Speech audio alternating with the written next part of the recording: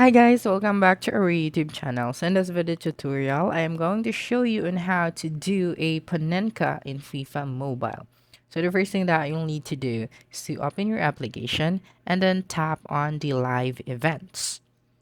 Okay, so swipe to your left or right until you see the daily training and tap on it.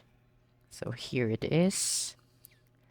And then look for the available skill training. So we'll have to tap on this one and then tap on play. So just wait for the game to load, and here you can now practice. So in order to do a panenka, you will have to draw a curve like, okay, to your screen, and the player will kick the ball like this. Okay, so you just have to do the same, just drew a curve like, and right after that, you'll be able to know how to do a panenka. Okay, so that's it.